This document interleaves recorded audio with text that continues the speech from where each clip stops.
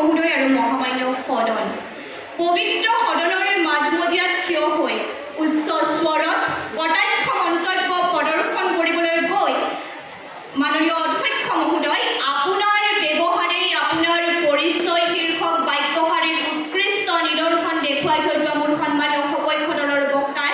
কেৱল মাত্ৰ নিজৰ কথাকে প্ৰতিপন্ন কৰিব বিচাৰি ভাৰতৰ সমাজ ব্যৱস্থাৰ আচল ছবিখন থাকিবলৈ চেষ্টা কৰা দেখি মোৰ সেইজন মেকানিকলৈ মনত পৰিছে, যিজন মেকানিকে কৈছিল, হে মহাশয়, মই আপোনাৰ গাড়ীখনৰ ব্ৰেকডাল ঠিক কৰিব নোৱাৰিলোঁ, সেয়ে আপোনাৰ গাড়ীখনৰ হৰণটোৰ শব্দটোকে ডাঙৰ কৰি দিলোঁ। মাননীয় অধ্যক্ষ মহোদয়, ভাৰতৰ সংবিধানৰ 15 নং অনুচ্ছেদৰ জৰিয়তে মাননীয় অধ্যক্ষ মহোদয় পূৰ্বৰে পৰা সামাজিক বৈষম্যৰ ওপৰত বাধা আৰোপ কৰাৰ পাছতো যিখন ভাৰতবৰ্ষত 2018 চনত জাতিভিত্তিক বৈষম্যৰ বাবে সংঘাত দেখিবলৈ পাওঁ, 2020 চনত মাননীয় অধ্যক্ষ মহোদয় ধৰ্মভিত্তিক বৈষম্যৰ বাবে যিখন ভাৰতবৰ্ষৰ দিল্লীত সংঘাত দেখিবলৈ পাওঁ, মাননীয় অধ্যক্ষ মহোদয় যিখন ভাৰতবৰ্ষত 2019 চনত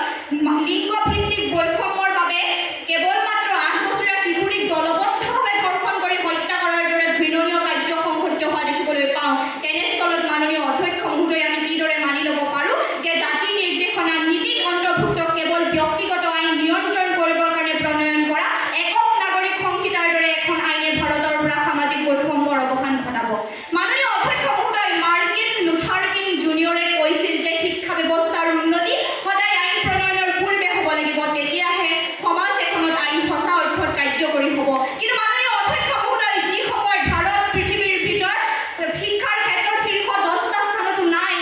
তেনে ক্ষেত্ৰত মাননীয় অধ্যক্ষ মহোদয় আমি কিদৰে মানি ল'ব পাৰোঁ যে একক নাগৰিক সংহিতাৰ দৰে এখন আইনে ভাৰতৰ সমাজ ব্যৱস্থাৰ পৰা সামাজিক বৈষম্যৰ অৱসান ঘটাব। মাননীয় অধ্যক্ষ মহোদয়, এনে কথা উপলব্ধি কৰিব পাৰিছোঁ বাবে আৱেগ আৰু যুক্তিৰ ঊৰ্ধত অৱস্থান কৰি আজিৰ সদনত উত্থাপিত বিধেয়কখনৰ বিৰোধিতা কৰিছোঁ আৰু বিৰোধী দলৰ আসন গ্ৰহণ কৰিছোঁ। মাননীয় অধ্যক্ষ মহোদয়, একক নাগৰিক সংহিতাৰ জৰিয়তে ভাৰতৰ ব্যক্তিগত আইনসমূহৰ ওপৰত নিয়ন্ত্ৰণ কৰা হ'ব, এই কথা আমিও স্বীকাৰ কৰোঁ, কিন্তু আজি উত্থাপিত বিধেয়কখনৰ জৰিয়তে মোৰ সন্মানীয় সপক্ষ দলৰ বক্তাসকলে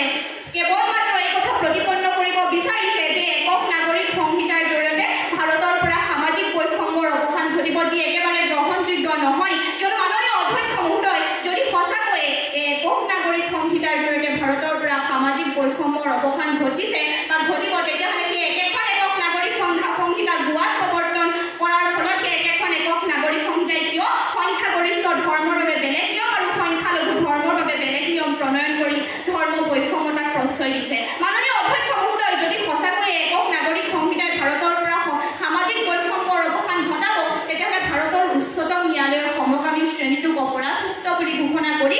LGBTQ+ শীৰ্ষক আইন প্ৰণয়ন কৰিলে, তৎসত্ত্বেও কিয় এই একক নাগৰিক সংহিতাত এই শ্ৰেণীটোৰ কথা উল্লেখ নহ'ল?